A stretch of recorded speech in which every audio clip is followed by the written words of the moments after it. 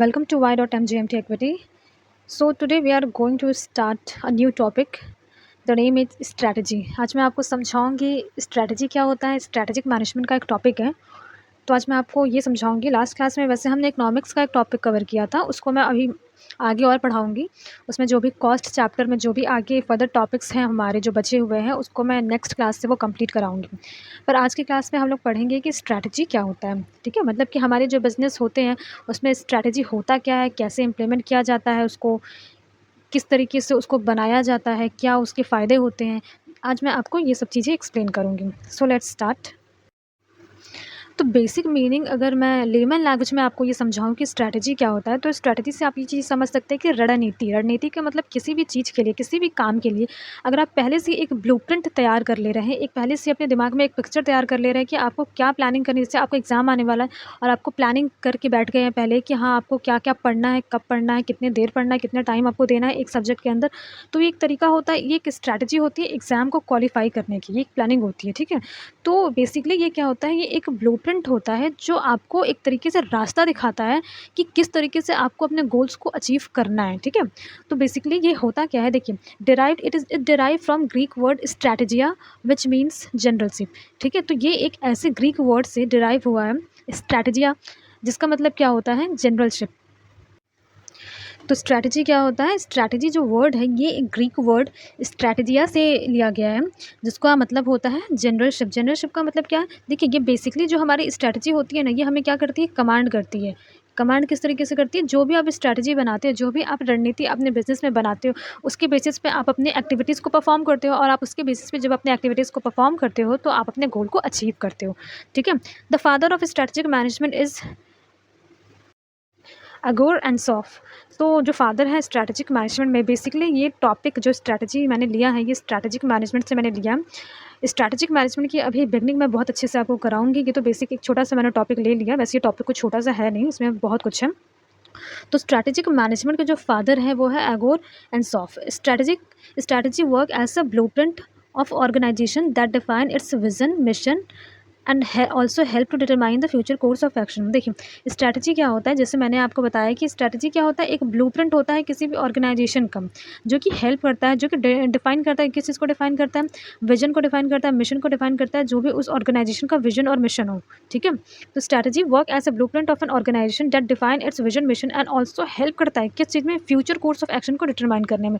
तो strategy basically होता क्या है, स्ट्रैटेजी एक क्या होता है, एक ब्लूप्रिंट होता है, जिस ब्लूप्रिंट की हेल्प से हम लोग ये डिफ़ाइन करते हैं कि हमारी कंपनी का विज़न क्या होगा, मिशन क्या होगा, और फ्यूचर कोर्स ऑफ एक्शंस हमारी कंपनी के क्या होंगे. ठीक है, जैसे कि मैं बताऊं कि फॉर एन एग्जांपल, अगर अमेजॉन का अगर मैं एग्जांपल दूं, तो अमेजॉन का मिशन क्या है, अमेजॉन का मिशन है to be earth most customer centric company. क्या है, to be earth most customer centric company. और विजन क्या है, to be earth most customer centric company, to build a place where people can come to find and discover anything they might want to buy online. तो ये क्या है, ये हमारे Amazon की मिशन है एंड विजन है.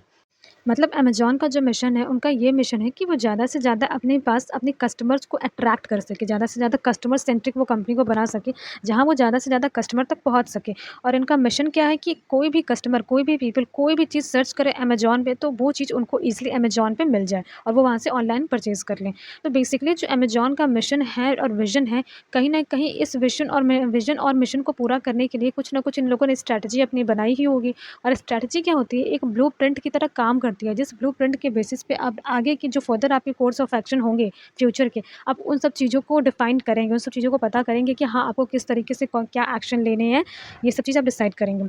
It refer to determining the fundamental long term organization goal and at the same time developing plan, acquiring, allocating and developing resources in order to achieve those goals. It refers to determining the fundamental long-term organizational goal.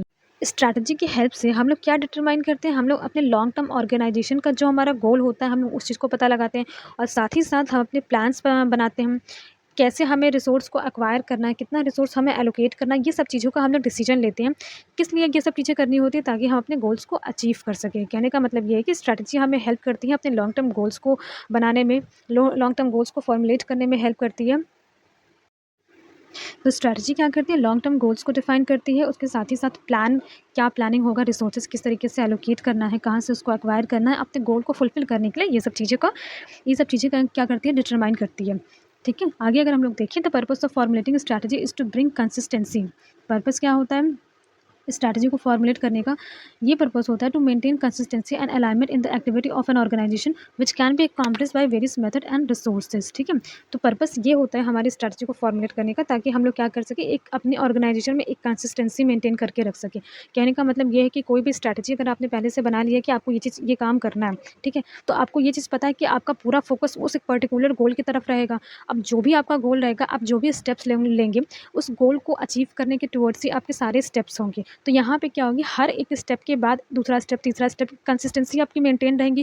क्यों maintain रहेंगी? क्योंकि आपको पहले से पता है कि आपका गोल क्या है। ठीक है, क्यों? क्योंकि आपने पहले से स्ट्रैटेजी को फॉर्मुलेट कर लिया है, इसी वजह से आपको क्या है, आपको पता है कि आपको करना क्या है आगे। तो यहाँ पे जो एक्टिविटीज़ जो आप करेंगे वो पहले से अलाइन रहेगी, मतलब एक दूसरे से जुड़ी रहेंगी, क्योंकि आपको कौन सी एक्टिविटीज़ परफॉर्म करनी है और कहाँ तक आपको पहुँचना है, ये बात आपको पहले से पता है। जैसे कि आप किसी भी चीज़ की जब प्लानिंग कर लेते हैं पहले से, ठीक है, तो आपको पता रहता है ये बात कि प्लानिंग जब आपने पहले कर लिया है, तो आपको क्या-क्या चीज़ परफ़ॉर्म करना है, उस अपने गोल्स को अचीव करने के लिए आपको क्या-क्या स्टेप्स लेने हैं। तो जो भी आप स्ट्रैटेजी बनाते हो, जो भी आपकी पूरी प्लानिंग होती है, उसको फुलफ़िल करने के लिए, अकॉम्प्लिश करने के लिए कुछ मेथड और कुछ रिसोर्सेज़ को आप यूज़ करके उस जो भी आपकी स्ट्रैटेजी रहती है, आपका गोल रहता है, आप उसको पूरा करते हैं। ठीक है? तो यहाँ पे बेसिकली यही कहा जा रहा है कि जब आप किसी चीज़ की तैयारी पहले से कर लेते हैं कि आपको एक्चुअल में क्या गोल को अचीव करना है, तो उस गोल को अचीव करने के टुवर्ड्स आप कुछ ना कुछ स्टेप डिफाइन करना शुरू कर देते हैं कि आपको करना क्या-क्या है। ठीक है? जैसे अब एग्ज़ाम को आपको क्वालीफ़ाई करना है, तो आप पहले से ही उसको डिसाइड कर लेंगे कि कितने टाइम के लिए कौन से सब्जेक्ट पढ़ने हैं, किस सब्जेक्ट पे आपको ज़्यादा फ़ोकस करना है, किस सब्जेक्ट को आपको कितना टाइम देना है। तो किस मेथड से आप उसकी तैयारी करेंगे और उसके लिए किस-किस रिसोर्सेज़ की आपको ज़रूरत पड़ेगी, ये सब पहले से ही आप तैयार कर लेते हैं। क्यों? ताकि आपको वो एग्ज़ाम क्वालीफ़ाई करना है। आपका गोल यहाँ पे है एग्ज़ाम क्वालीफ़ाई करना। तो ये बेसिकली आपकी स्ट्रैटेजी होती है। नेक्स्ट हम लोग देखेंगे nature of strategy. Nature of strategy में मैंने यहाँ पे देखिए 6 पॉइंट्स दिए हैं। फर्स्ट पॉइंट की अगर हम बात करें, तो फर्स्ट पॉइंट क्या है आपका, कॉन्टिन्यूअस प्रोसेस। तो स्ट्रैटेजी मेकिंग क्या होती है, एक कॉन्टिन्यूअस प्रोसेस होता है। कहने का मतलब ये है कि जिस हिसाब से आपको स्ट्रैटेजी बनानी है, जिस गोल को अचीव करने के लिए आपको स्ट्रैटेजी बनानी है, ये क्या होती है, एक कॉन्टिन्यूअस प्रोसेस होता है। आप एक स्ट्रैटेजी के साथ लाइफ टाइम बिजनेस आप नहीं कर सकते हैं। ठीक है, जैसे कि किसी प्रोडक्ट को आपको प्रमोट करना है, तो प्रमोशन के लिए आप क्या करोगे, उसको मार्केटिंग कैंपेन कराओगे। ठीक है, लेकिन क्या एक बार का मार्केटिंग कैंपेन कराया हुआ ज़िंदगी भर वो आपको बिज़नेस देगा? नहीं। तो ये क्या होती है, ये कॉन्टिन्यूअस प्रोसेस होती है। कुछ टाइम पे आपको अपनी रणनीतियों में, अपनी स्ट्रैटेजी में चेंजेस लाने पड़ते हैं। क्यों? क्योंकि मार्केट में आज के टाइम पे कॉम्पिटिशन बहुत ज़्यादा है। तो हमारा फर्स्ट पॉइंट क्या है? फर्स्ट पॉइंट है हमारा continuous process. Strategy is continuous process. Strategy making is continuous process. ये एक डायनेमिक प्रोसेस भी होता है। डायनेमिक क्यों बोला जाता है? सिचुएशन के अकॉर्डिंग हमारी जो स्ट्रैटेजी है वो भी क्या होती है, चेंज होती है। जिस हिसाब का सिचुएशन आपके सामने होगा, उस हिसाब की आप प्लानिंग करना शुरू करेंगे। ठीक है, उस हिसाब से आप अपनी प्लानिंग करोगे, अपनी स्ट्रैटेजीज़ को बनाओगे। तो जिस हिसाब का आपका सिचुएशन होगा, उसके हिसाब से आपकी जो स्ट्रैटेजी होगी, उसके अकॉर्डिंगली वो क्या हो जाएगी, चेंज हो जाएगी। ठीक है, इसीलिए इसको बोला जाता है कि ये कॉन्टिन्यूअस प्रोसेस है, क्योंकि किसी के भी सामने सिचुएशन हमेशा एक समान नहीं होती है। ठीक है, और ये सिचुएशन के हिसाब से क्या होगी, चेंज होती रहेगी। थर्ड पॉइंट आपका क्या है, फ्यूचर ओरिएंटेड। फ्यूचर ओरिएंटेड का मतलब क्या हुआ, इसका मतलब ये कि जो भी आपके फ्यूचर की प्रॉब्लम्स होते हैं, जो भी आपके फ्यूचर के प्रॉब्लम्स रहेंगे या फिर जो भी फ्यूचर के आपके क्वेश्चन मार्क्स रहेंगे, उनको ये क्या करती है, सॉल्व करती है। फ्यूचर में आने वाली जो भी प्रॉब्लम्स है, उसको अगर पहले से आपने फोरकास्ट कर लिया, पहले से आपने देख लिया कि हाँ, बिज़नेस में आगे चल के ये सारी प्रॉब्लम्स आ सकती है, या फिर हमारा इस प्रोजेक्ट पे हमारा इतना कॉस्ट इंकर्ड हो सकता है, जो कि कॉस्ट आपके लिए बहुत ज़्यादा है। ठीक है, तो अभी से आप क्या करेंगे, उस चीज़ को कंट्रोल करने के लिए, कॉस्ट को कंट्रोल करने के लिए स्ट्रैटेजी बनाना शुरू कर देंगे। तो ये आपका क्या होता है कि फ्यूचर ओरिएंटेड होता है, मतलब कि फ्यूचर के लिए, फ्यूचर की जो भी प्रॉब्लम्स होते हैं, जो भी क्वेश्चन मार्क्स होते हैं, उनको सॉल्व करने के लिए आप अभी से स्ट्रैटेजी को बनाकर अपने फ्यूचर को और सिंपल कर सकते हैं। फोर्थ आपका क्या है, मल्टीडिसिप्लिनरी। मल्टीडिसिप्लिनरी का मतलब क्या होता है कि ये बहुत सारे फील्ड में इसका इन्वॉल्वमेंट होता है। जैसे कि स्ट्रैटेजी को एक पर्टिकुलर चीज़ में इन्वॉल्व बस नहीं होता है कि अगर हमें पढ़ना है तभी हम स्ट्रैटेजी बनाएंगे, नहीं। जैसे मान लीजिए कि आपको कोई काम भी अगर करना है, जैसे मान लीजिए कि आपको कहीं जाना है, ठीक है, कहीं जाना है, तो या फिर बिज़नेस का आपका कोई प्रोजेक्ट है, तो उसको किस तरीके से पूरा करना है, क्या-क्या चीज़ें उसमें डालनी है, किस तरीके से उसको प्रेज़ेंट करना है, क्या-क्या आपको रिसोर्स की ज़रूरत है। ये सब चीज़ों की तैयारी आप उसमें भी तो करेंगे ना। बिज़नेस के प्रोजेक्ट में भी करेंगे। तो यहाँ पे वही चीज़ है कि इसका जो यूज़ है ना, स्ट्रैटेजी बनाने का जो यूज़ है, ये मल्टीपल चीज़ों में इन्वॉल्व होता है। जैसे कि मार्केटिंग को भी कवर करता है, फाइनेंस को भी कवर करता है, ऑपरेशन को भी। मतलब ये कि मार्केटिंग में भी आपको स्ट्रैटेजी बनाने की ज़रूरत है, फाइनेंस में भी आपको स्ट्रैटेजी के साथ चलने की ज़रूरत है, ना ऑपरेशंस में भी एंड एक्सेट्रा और भी बहुत कुछ होते हैं। तो मल्टीडिसिप्लिनरी का मतलब ये होता है कि स्ट्रैटेजी का जो इन्वॉल्वमेंट है वो डिफरेंट फील्ड्स में डिफरेंट फील्ड्स में होता है। फिफ्थ है आपका मल्टी डायमेंशनल। अब मल्टी डायमेंशनल का मतलब क्या होता है? देखिए, मल्टी डायमेंशनल का मतलब ये होता है कि स्ट्रैटेजी से सिर्फ हम लोग ये चीज़ नहीं समझ सकते कि हम प्लानिंग करते हैं, ठीक है? कहने का मतलब ये है कि किसी भी चीज़ के लिए आपने स्ट्रैटेजी प्लानिंग अपनी पूरी पहले से तैयार कर ली कि आपको करना क्या-क्या है और कैसे-कैसे करना है। करना क्या-क्या है सिर्फ यही हमें स्ट्रैटेजी नहीं बताता है। आपने जो चीज़ें प्लान की है, आपको वो चीज़ किस तरीके से अचीव करनी है, हाउ टू अचीव। स्ट्रैटेजी क्या होती है? मल्टी डायमेंशनल होती है। आपको ये तो बताती है कि आपको करना क्या है, बट उसके साथ-साथ आपको ये भी बताती है कि उस चीज़ को कैसे करना है। मतलब ये व्हाट एंड हाउ दोनों का ही आंसर देती है। किस चीज़ का? व्हाट एंड हाउ दोनों का ही ये आंसर आपको देती है। ठीक है? 6 पॉइंट आपका क्या है? 6 पॉइंट है आपका combination of internal and external factor. ये कॉम्बिनेशन होता है इंटरनल एंड एक्सटर्नल फैक्टर का। कैसे? देखिए, try to match internal strength to meet external opportunity and threat. जो भी हमारे पास इंटरनल स्ट्रेंथ होती है, उन इंटरनल स्ट्रेंथ को कंबाइन करके हम लोग हमारे पास जो भी एक्सटर्नल अपॉर्चुनिटीज़ होती है, एक्सटर्नल अपॉर्चुनिटीज़ का मतलब आपको अपने बिजनेस में लगाने के लिए या फिर बिजनेस को और इम्प्रूव करने के लिए जो भी और नए अपॉर्चुनिटीज़ आपको दिख रहे हैं कि हाँ, अगर हम ये चीज़ करते हैं तो हमारा ये चीज़ इंप्रूव हो जाएगा।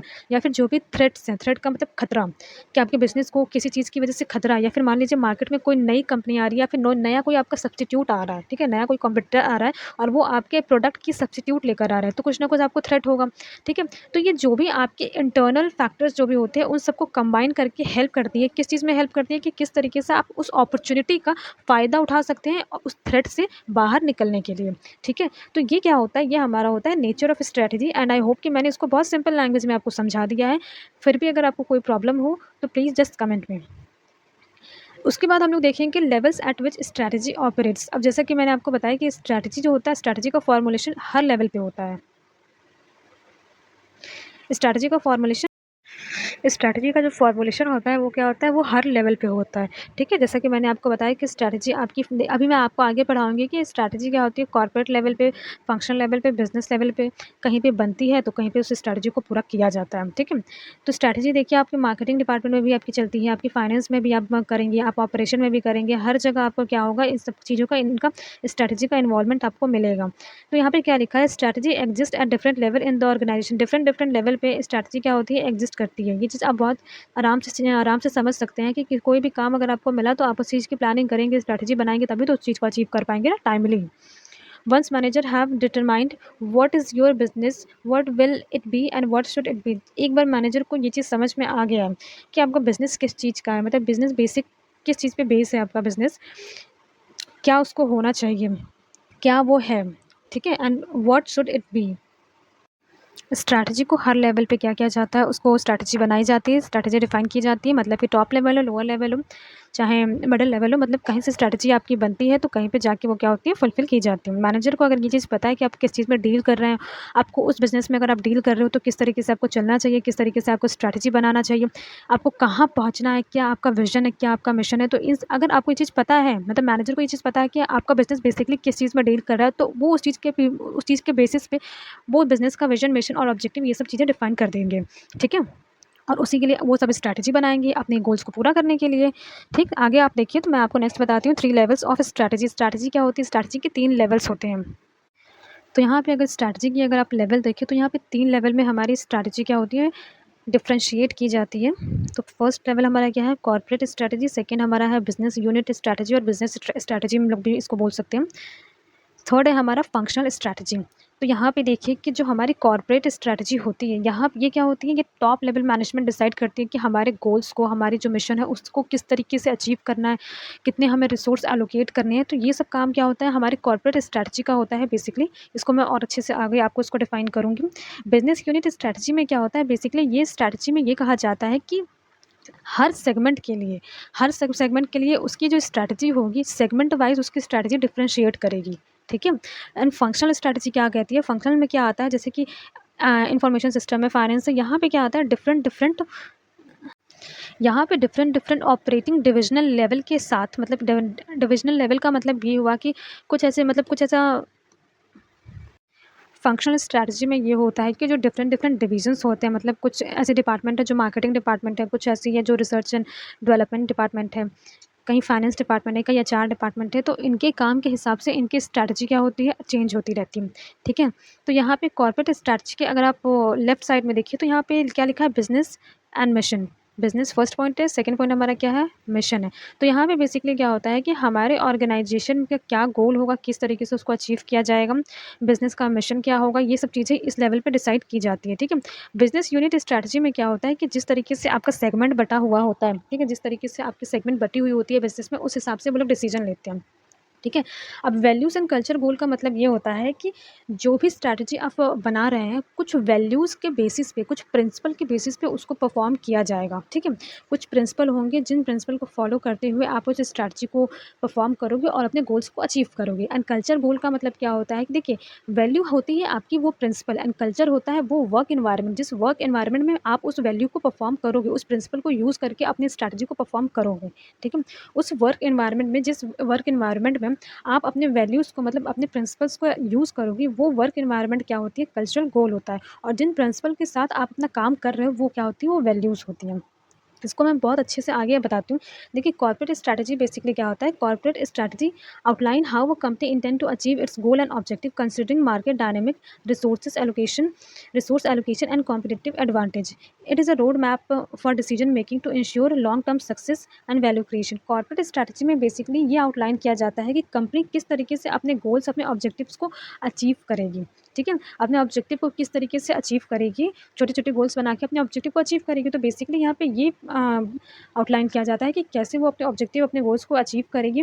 क्योंकि मार्केट में क्या है कि मार्केट में हर पल कुछ ना कुछ चेंजेस हो जा रहे हैं। मार्केट डायनामिक का मतलब क्या होता है, डायनामिक का मतलब कंटिन्यूअस चेंज, मतलब कि हर समय कुछ ना कुछ, मार्केट क्या है, डायनामिक है, हमेशा कुछ ना कुछ इसमें चेंज हो जाता है। आपकी कोई नई कॉम्पिटिटर आ गई, कोई कॉम्पिटिटर प्रोडक्ट आ गया आपका, तो उससे क्या होगा कि जैसे-जैसे मार्केट में आपकी कॉम्पिटिशन चेंज होगी, आपकी स्ट्रैटेजी भी उस हिसाब से चेंज आपको करनी पड़ेगी। देन उसके हिसाब से आपको रिसोर्सेज़ का भी एलोकेशन करना पड़ेगा और कॉम्पिटिटिव एडवांटेज आपको लेना पड़ेगा। क्योंकि आप कॉम्पिटिशन का जब तक कुछ ना कुछ एडवांटेज नहीं लेंगे, तब तक आपको ज़ाहिर-सी बात है कि कॉम्पिटिशन में आप जीत नहीं पाएँगे। तो कॉर्पोरेट स्ट्रैटेजी में बेसिकली यही चीज़ बताया जाता है कि आप गोल्स एंड ऑब्जेक्टिव को, मार्केट अगर आपकी बार-बार चेंज हो रही है, मार्केट में कॉम्पिटिशन अगर क्रिएट हो रहा है, बढ़ रहा है, तो किस तरीके से आप उनको अचीव करोगे। ऑल्सो लॉन्ग टर्म में आप किस तरीके से सक्सेसफुल अपने बिज़नेस को बनाओगे। किस तरीके से आप अपने बिज़नेस को एक ब्रांड वैल्यू की तरह बनाएँगे, किस तरीके से उसको आप नाम देंगे, वैल्यू कैसे उसमें क्रिएट करके लेकर आएँगे, ठीक है? तो बेसिकली कॉर्पोरेट स्ट्रैटेजी में यही चीज़ बताया जाता है कि आप अपनी किस तरीके से ब्रांड की वैल्यू क्रिएशन आप करेंगे, ठीक है? ये जो प्लानिंग होता है, ये पूरा ये कौन करता है? ये टॉप लेवल मैनेजमेंट ये पूरी प्लानिंग करता है। कॉर्पोरेट से आप नाम यही समझ सकते हैं कि ये टॉप लेवल मैनेजमेंट ये करता होगा। It outline the organizational activity and objective in various area of an organization. साथ ही साथ यहाँ पे ये चीज़ भी बताता है कि हमारे डिफरेंट डिफरेंट हमारे जो भी ऑर्गेनाइजेशन में जो एरियाज़ थे, उनकी क्या एक्टिविटीज़ होंगी और क्या उनकी ऑब्जेक्टिव्स होंगे। मतलब ये कि जैसे कि डिफरेंट डिफरेंट डिविजन्स जो बटे हुए हैं, जैसे मार्केटिंग डिपार्टमेंट है, फाइनेंस डिपार्टमेंट है, उनकी क्या-क्या ऑब्जेक्टिव होगी, क्या-क्या उनकी एक्टिविटीज़ होंगी, क्या वो परफ़ॉर्म करेंगे, ठीक है? टेक्नोलॉजी से रिलेटेड अगर कुछ है, कंज़्यूमर की नीड्स से रिलेटेड अगर कुछ है, तो किस तरीके से इनको अचीव किया जाएगा। डिफरेंट डिफरेंट एरियाज़ में जो भी डिसीजन लेना है कि क्या ऑब्जेक्टिव होगा और उस ऑब्जेक्टिव को पूरा करने के लिए क्या एक्टिविटीज़ को परफॉर्म करना है डिफरेंट डिफरेंट एरियाज़ में, ये सब चीज़ क्या होता है, कॉर्पोरेट स्ट्रैटेजी में आता है। ठीक है, यहाँ पे मैं आपको एक एग्जांपल दे रही हूँ। देखिए, एग्जांपल मैंने आपको यहाँ पे दिया है नोकिया का, कि Nokia launched it's operating system in 2011 and they fail. Nokia ने क्या किया, जब नोकिया फेल होना शुरू किया, तो इन्होंने क्या किया कि ऑपरेटिंग सिस्टम इन्होंने लॉन्च किया 2011 में, और ये क्या हो गए, फेल हो गए। ठीक है, मतलब उनका नहीं चला।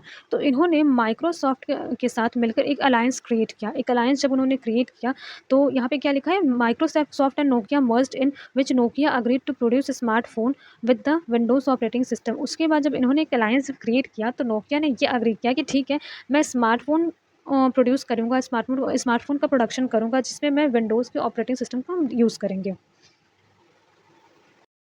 तो यहाँ पे ये चीज़ क्या कहा गया कि उन्होंने क्या किया, नोकिया ने माइक्रोसॉफ्ट के साथ मर्ज हुए और नोकिया ने स्मार्टफ़ोन को प्रोड्यूस करना शुरू कर दिया उन ऑपरेटिंग सिस्टम के साथ जो माइक्रोसॉफ्ट उनको बना करके दे रहे थे। इससे क्या हुआ कि बहुत ही जल्द माइक्रोसॉफ्ट क्या हो गया, एक लार्जेस्ट सेल फ़ोन मैन्युफैक्चरर बन गया। ठीक है। एंड नोकिया ने अपने मार्केट शेयर को रिटेन करने में कामयाब रहा। कहने का मतलब ये है कि नोकिया जब फेल होने लगा तो उन्होंने एक अलायंस क्रिएट किया माइक्रोसॉफ्ट के साथ और उनके उनके हेल्प से उन्होंने स्मार्टफ़ोन बनाना शुरू किया, जिससे माइक्रोसॉफ्ट तो आगे बढ़ा ही बढ़ा, उसके साथ-साथ नोकिया भी अपने मार्केट शेयर को रिटेन कर सका। तो ये जो भी पूरी प्लानिंग, जो भी स्ट्रैटेजी उन्होंने बनाई थी, ये स्ट्रैटेजी पूरी एक टॉप लेवल मैनेजमेंट की तो होगी। किसी भी कंपनी कोई दूसरी कंपनी के साथ या फिर कोई बिज़नेस दूसरी बिज़नेस के साथ अगर मर्ज हो रही है, अलायंस क्रिएट कर रही है, तो ये क्या होता है, ये टॉप लेवल पे ही होता है, ठीक है? आप मिडल लेवल या लोअर लेवल के लोग ये चीज़ नहीं कर सकते कि हम चाहते हैं कि हम किसी दूसरी कंपनी के साथ मर्ज हो जाए। ये सब टॉप लेवल मैनेजमेंट की ही पूरी प्लानिंग होती है, ये चीज़ आप समझ सकते हैं। ये ठीक है? ये जो बड़े-बड़े डिसीज़न होते हैं किसी भी बिज़नेस फर्म के या फिर किसी भी कंपनी के, ये सब टॉप लेवल पे ही लिया जाता है। सेकेंडली आप देखिए, सेकेंडली आपका क्या है, बिज़नेस स्ट्रैटेजी है। बिज़नेस स्ट्रैटेजी बेसिकली क्या कहता है, बिज़नेस स्ट्रैटेजी को बिज़नेस लेवल स्ट्रैटेजी भी हम कह सकते हैं।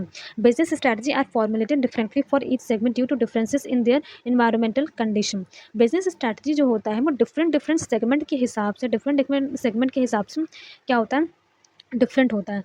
क्यों? क्योंकि हर जगह का एनवायरमेंटल जो कंडीशन जो होता है वो अलग-अलग होता है। अब जैसे कि मैंने आपको बताया था ना कि जब स्ट्रैटेजी को जब आप फॉलो कर रहे हैं तो कुछ वैल्यूज़ होंगे, कुछ प्रिंसिपल आपके होंगे जिनके बेसिस पे आप उसको फॉलो करेंगी, और आपके हर डिपार्टमेंट के कुछ ना कुछ कल्चर होगा, कोई ना कोई वर्क कंडीशन होगा। उस वर्क कंडीशन के हिसाब से आप किस तरीके से उस प्रिंसिपल को आप यूज़ करके आप उस स्ट्रैटेजी को बनाते हो, फुलफ़िल करते हो, ये चीज़ आपके सेगमेंट वाइज़ वो बढ़ जाएगा, ठीक है? सेगमेंट वाइज़ क्या होगा बिज़नेस ऑर्गेनाइज़ेशन में, वो चीज़ चेंज हो जाएगी। तो यहाँ पे वही चीज़ कहा जा रहा है कि बिज़नेस स्ट्रैटेजी फॉर्मुलेट किया जाता है हर एक सेगमेंट पे, मतलब अलग-अलग सेगमेंट पे फॉर्मुलेट किया जाता है। क्यों? क्योंकि यहाँ पे एनवायरमेंटल कंडीशन जो होता है काम करने का वो अलग-अलग होता है। This strategy are established to satisfy the need of the consumer of different segment and also to provide value to them. यहाँ पे क्या लिखा है कि ये इस स्ट्रैटेजी जो होता है एस्टैब्लिश किया जाता है क्यों? To satisfy the need of consumer, consumer की नीड को सैटिस्फाई करने के लिए, क्योंकि कंज्यूमर क्या होते हैं डिफरेंट डिफरेंट सेगमेंट से होकर के आते हैं। कहने का मतलब ये है कि सेगमेंट कस्टमर सेगमेंट बेसिकली क्या होता है, देखिए कस्टमर जो होते हैं वो सेगमेंट वाइज डिवाइडेड होते हैं, किसके किसके अकॉर्डिंग, लोकेशन के अकॉर्डिंग, जैसे जेंडर के अकॉर्डिंग, आप बात कर सकते हैं वैल्यूज़ के अकॉर्डिंग, इंटरेस्ट के अकॉर्डिंग, ठीक है। तो कस्टमर क्या होते हैं हमारे, ये डिफरेंट डिफरेंट सेगमेंट में बटे हुए होते हैं और उन्हीं कस्टमर, तो यहाँ पे ये कहा जा रहा है कि ये जो स्ट्रैटेजी बनाई जाती है, मतलब बिजनेस स्ट्रैटेजी बेसिकली फोकस करता है, किस चीज़ पे फोकस करता है, डिफरेंट डिफरेंट सेगमेंट में जो कस्टमर होते हैं उनको सेटिस्फाई करने के लिए, उनके नीड को पूरा करने के लिए फोकस किया करता है। नाउ थर्ड अगर आप देखिए तो थर्ड आपका क्या है, फंक्शनल स्ट्रैटेजी। तो फंक्शनल स्ट्रैटेजी बेसिकली ये फोकस किस चीज़ पे करता है, देखिए यहाँ पे क्या लिखा है, it denotes the operating division level, it denotes the operating division level and department in an organization such as marketing, finance, human resources, R&D। ये बेसिकली क्या होता है, जो अलग अलग क्या होते हैं हमारे डिपार्टमेंट्स होते हैं ऑर्गेनाइजेशन में, अलग अलग, जैसे मार्केटिंग डिपार्टमेंट अलग होता है, फाइनेंस डिपार्टमेंट अलग होता है, चार डिपार्टमेंट अलग होता है। तो इन सारे डिपार्टमेंट्स के जो भी गोल्स होते हैं इन पे ही फोकस करता है। जैसे कि आप ये चीज़ समझिए कि किसी भी एक आपका ऑर्गेनाइजेशन का ओवरऑल जो एक गोल है, उस गोल को फुलफ़िल करने के लिए जितने भी डिपार्टमेंट्स हैं आपके ऑर्गेनाइजेशन में, हर डिपार्टमेंट अपना एक छोटा-छोटा ऑब्जेक्टिव बनाएँगे, ठीक है? उनका भी कुछ ना कुछ ऑब्जेक्टिव बनेगा। वो अपने छोटे-छोटे ऑब्जेक्टिव को जब पूरा करेंगे, मतलब कंप्लीट करेंगे, फुलफ़िल करेंगे, ठीक है? तो उनके जब छोटे-छोटे ऑब्जेक्टिव जाके जब पूरे होंगे, तब वो सारे ऑब्जेक्टिव को कोलैबोरेट करके हमारा जो मेन गोल होता है ऑर्गेनाइजेशन का, वो फुलफ़िल किया जाता है। तो यहाँ पे वही कहा जा रहा है कि हमारी जो ऑर्गेनाइजेशन होती है वो डिफरेंट डिफरेंट डिपार्टमेंट्स में बटी हुई होती है। मार्केटिंग है, फाइनेंस है, एचआर है, ठीक है? तो ये बेसिकली फोकस किया जाता है फंक्शनल स्ट्रैटेजी, कहाँ पे ये फोकस करता है, to expanding and synchronizing the resources for implementing the business level strategy in the efficient manner। किस तरीके से आप रिसोर्सेज को एक्सपैंड करोगे, कहाँ से रिसोर्सेज को आप एलोकेट करोगे, कहाँ से आप रिसोर्सेज लगाओगे, ये सब चीज़ें जो होती हैं कि अगर आपको गोल जो आपको जिस गोल को सेटिस्फाई करना है, मतलब पूरा करना है, उस गोल को सेटिस्फाई करने के लिए आप किस रिसोर्सेज को कितनी मात्रा में यूज़ करेंगे, कहाँ से उसको एलोकेट करेंगे, कहाँ कितना आप उसको एक्सपैंड करने की ज़रूरत है, किस तरीके से आप सिंक्रोनाइज़ करेंगे, ये सब चीज़ें जो होती हैं, ये सब चीज़ें करना क्यों आपको ये करना है, ताकि आप बिज़नेस लेवल पे जो स्ट्रैटेजीज़, अपने बिज़नेस लेवल स्ट्रैटेजीज़ जो आपने बनाई है उसको आप पूरा कर सको, ठीक है? Higher level strategies depend on the functional level for information regarding resources and capability on the basis of which strategies at business and corporate level are formulated। तो यहाँ पे क्या लिखा है, यहाँ पे ये लिखा है कि हायर लेवल स्ट्रैटेजीज़ जो होती है, मतलब कि बड़ी बड़ी जो स्ट्रैटेजीज़ होती है वो फंक्शनल लेवल के ऊपर डिपेंड करती है। देखिए फंक्शनल लेवल क्या होता है, ये जो मैंने आपको लेवल्स ऑफ मैनेजमेंट जो पढ़ाया था ना, तो उसमें जो सबसे लास्ट लेवल मैंने आपको पढ़ाया था, जहाँ पे हमारे मार्केटिंग, एचआर और फाइनेंस डिपार्टमेंट, R&D डिपार्टमेंट, ये सारे डिपार्टमेंट्स होते हैं, वो हमारे क्या होते हैं, फंक्शनल लेवल होते हैं, ठीक है? वो हमारे होते हैं फंक्शनल लेवल। तो जो भी हायर लेवल स्ट्रैटेजीज़ होती हैं ये पूरी की तरह डिपेंड करती है किस पे डिपेंड करती है, फंक्शन लेवल पे डिपेंड करती है। क्यों? क्योंकि फंक्शन लेवल से ही हमें पता चलेगा कि हमारे पास रिसोर्सेज़ कितने हैं, कितने रिसोर्स की रिक्वायरमेंट होगी, क्या कैपेबिलिटीज़ है। इन सब चीज़ों के बेस पे जब आपको ये चीज़ पता चलेगा कि हाँ, अगर आप कोई स्ट्रैटेजी फ़ॉर्मुलेट कर रहे हो, तो उस स्ट्रैटेजी को पूरा करने के लिए उसको जब आप परफ़ॉर्म करोगे, तो उसके अंदर किसी न किसी रिसोर्स की ज़रूरत होगी। तो ये सब चीज़ें जो इन्फॉर्मेशन मिलती है ना, information regarding resources and capabilities कि फंक्शन लेवल पे कितने रिसोर्सेज़ है, कितनी कैपेबिलिटीज़ है, इन सब चीज़ों के ऊपर ही डिपेंड करता है हमारा स्ट्रैटेजी। वो स्ट्रैटेजी जो हम बिज़नेस एंड कॉर्पोरेट लेवल पे फॉर्मुलेट करते हैं, यानी कि हम लोग बनाते हैं। तो फंक्शनल स्ट्रैटेजी बेसिकली ये आपको बताता है। देखिए, फंक्शनल से आप समझ गए कि ये ज़ाहिर-सी बात है कि यहाँ पे कुछ ना कुछ फंक्शनल लेवल हमारा जुड़ा होगा। यहाँ पे आप देख सकते हैं कि जो भी हमारे डिवीज़न लेवल्स होते हैं, डिवीज़न लेवल का क्या मतलब होता है? देखिए, ग्रुप ऑफ डिपार्टमेंट्स, जैसे कि डिपार्टमेंट्स हैं, उनके ढेर सारे ग्रुप्स होती हैं। तो यहाँ पे हमारी फंक्शनल स्ट्रैटेजी बेसिकली फ़ोकस करती हैं कि हमारे जो डिफरेंट-डिफरेंट जो डिपार्टमेंट्स होते हैं, डिफरेंट-डिफरेंट डिपार्टमेंट को ही ये डिनोट करता है, ठीक है? कहने का मतलब ये है कि हमारी फंक्शन लेवल जो स्ट्रैटेजीज़ जो होती है, बेसिकली यहाँ पे ये चीज़ डिसाइड किया जाता है, देखा जाता है कि हाँ, हमारे फंक्शन लेवल पे कितने रिसोर्सेज़ है, कितनी कैपेबिलिटीज़ है, जिनका यूज़ करके हम हमारी स्ट्रैटेजीज़ को क्या कर सकते हैं, पूरा कर सकते हैं, ठीक है? बिज़नेस लेवल स्ट्रैटेजी जो भी हम लोग बना रहे हैं, कितने एफिशिएंट मैनर में हम लोग उसको फुलफ़िल कर सकते हैं, पूरा कर सकते हैं, ठीक है? तो हायर लेवल स्ट्रैटेजी कहने का मतलब ये है कि हायर लेवल स्ट्रैटेजी जो होती है, वो पूरी तरीके से फंक्शन लेवल पे डिपेंड करती है, क्योंकि फंक्शन लेवल पे ही हम लोग क्या करते हैं, सब कुछ देखते हैं कि हाँ, हमारी स्ट्रैटेजीज़ को पूरा करने के लिए हमारे पास कितना रिसोर्सेज़ है, किस तरीके से हम लोग अपनी स्ट्रैटेजी को पूरा कर सकते हैं। नेक्स्ट आप देखिए, तो यहाँ पे मैंने एक एग्जांपल दिया है, marketing strategy can be broken into various functional level strategy such as a pricing strategy, distribution strategy, promotion strategy and sales strategy. देखिए, मार्केटिंग स्ट्रैटेजी बहुत सारे फंक्शनल लेवल स्ट्रैटेजी को पे बाँट दिया गया। यहाँ पे मैंने जैसा आपको बताया है कि यहाँ पे फंक्शनल लेवल पे बेसिकली क्या होते हैं कि यहाँ ढेर सारे यहाँ पे हमारे क्या होते हैं, डिपार्टमेंट होता है, और ये इन डिपार्टमेंट्स को ही हमारा फंक्शनल लेवल डिनोट करता है, ठीक है? तो फंक्शन स्ट्रैटेजीज़ जो बनते हैं ना, वो बेसिकली इन सब चीज़ों को मद्देनज़र रखते हुए बनता है, मतलब इन सब चीज़ों को फोकस में रखते हुए बनता है। जैसे कि आप एग्जाम्पल में देख रहे हैं कि जो भी आपकी मार्केटिंग स्ट्रैटेजी है, एग्जाम्पल में जैसे जो भी आपकी मार्केटिंग स्ट्रैटेजी है, इन स्ट्रैटेजीज़ को पूरा करने के लिए, मतलब फुलफिल करने के लिए इसको छोटे-छोटे पार्ट्स में बाँट दिया गया है। जैसे कि प्राइसिंग स्ट्रैटेजी को अलग बना दिया गया, डिस्ट्रीब्यूशन स्ट्रैटेजी अलग होगी, प्रमोशन की स्ट्रैटेजी अलग होगी, सेल्स की स्ट्रैटेजी अलग होगी। देखिए, यहाँ पे हमारा जो मेन गोल है वो क्या है कि मार्केटिंग के लिए आपको स्ट्रैटेजी बनानी, बट यहाँ पे देखिए छोटे-छोटे पार्ट्स में pricing, distribution, promotion, sales strategy, इन सब में इसको क्या किया गया है, बाइफरकेट किया गया है, ठीक है? तो यहाँ पे मार्केटिंग स्ट्रैटेजी को फंक्शनल लेवल स्ट्रैटेजी में, मतलब बहुत छोटे-छोटे टर्म्स में इसको बाँट दिया गया है, सो दैट स्ट्रैटेजी बनाने में, फॉर्मुलेट करने में क्या हो, आसानी हो। ठीक है? तो आज मैंने आपको ये चीज़ बताया है कि बेसिकली हमारी स्ट्रैटेजी का मतलब क्या होता है। स्ट्रैटेजी का मतलब मैं अगर आपको रिकैप करा दूँ, तो स्ट्रैटेजी एक ग्रीक वर्ड स्ट्रैटेजिया से लिया गया है, जिसका मतलब है जनरलशिप। और स्ट्रैटेजी का मतलब क्या होता है कि किसी भी काम करने के लिए अगर आप प्लानिंग कर रहे हो, कुछ सोच के पहले से आपने रखा है कि उस अपने गोल को आपको किस तरीके से अचीव करना है, क्या आपको स्टेप्स लेने हैं, क्या आपको प्रोसेस लेने हैं, तो ये क्या होती है, आपकी स्ट्रैटेजी होती है, एक तरीके की प्लानिंग होती है। ठीक है? नेचर ऑफ स्ट्रैटेजी भी मैंने आपको समझाया बहुत सिंपल लैंग्वेज में, बहुत सिंपल लैंग्वेज में। तो यहाँ पे देखिए, यहाँ पे 3 लेवल्स ऑफ स्ट्रैटेजी मैंने बताया, कॉर्पोरेट स्ट्रैटेजी बताया, बिज़नेस यूनिट स्ट्रैटेजी बताया, जिसको हम लोग बिज़नेस स्ट्रैटेजी भी बोलते हैं, एंड थर्ड हमने फंक्शनल स्ट्रैटेजी बताया, ठीक है? फंक्शनल स्ट्रैटेजी बेसिकली क्या करता है, देखिए स्टार्टिंग से हम स्टार्ट करते हैं। देखिए, कॉर्पोरेट स्ट्रैटेजी बेसिकली क्या होता है, ये टॉप लेवल मैनेजमेंट हमारी बनाती है, जहाँ पे ये चीज़ फोकस किया जाता है कि जो भी हमारे जो ऑर्गेनाइजेशन का जो भी गोल्स है, ऑब्जेक्टिव है, इस चीज़ को हम लोग कैसे, इसको हम लोग पूरा करेंगे, कैसे हम लोग गोल्स, अपने ऑर्गेनाइजेशन के गोल्स को, अपने ऑर्गेनाइजेशन के ऑब्जेक्टिव को किस तरीके से हम उसको फुलफिल करेंगे, कंप्लीट करेंगे। सेकेंडली अगर आप देखिए, तो मैंने आपको बिज़नेस स्ट्रैटेजी बताया, तो बिज़नेस स्ट्रैटेजी में मैंने आपको ये बताया, बिज़नेस स्ट्रैटेजी क्या होती है, बेसिकली ये फोकस करता है किस चीज़ पे, डिफरेंट डिफरेंट जो हमारे कंज्यूमर होते हैं, जो अलग अलग सेगमेंट से आते हैं, उनके नीड्स को पूरा करने की तरफ क्या होता है, हमारा बिज़नेस स्ट्रैटेजी और बिज़नेस लेवल स्ट्रैटेजी फोकस करता है, ठीक है? जैसे कि डिफरेंट इनकम ग्रुप के लोग होते हैं, डिफरेंट जेंडर के लोग होते हैं, डिफरेंट एज के लोग होते हैं, लोकेशन अलग अलग होते हैं, लोगों की वैल्यूज़ अलग होती हैं, उनका इंटरेस्ट अलग होता है। तो यहाँ पे डिफरेंट सेगमेंट से हमारे कंज्यूमर आते हैं, उनके नीड को फुलफिल करने की तरफ यहाँ पे बिज़नेस स्ट्रैटेजी का फोकस होता है।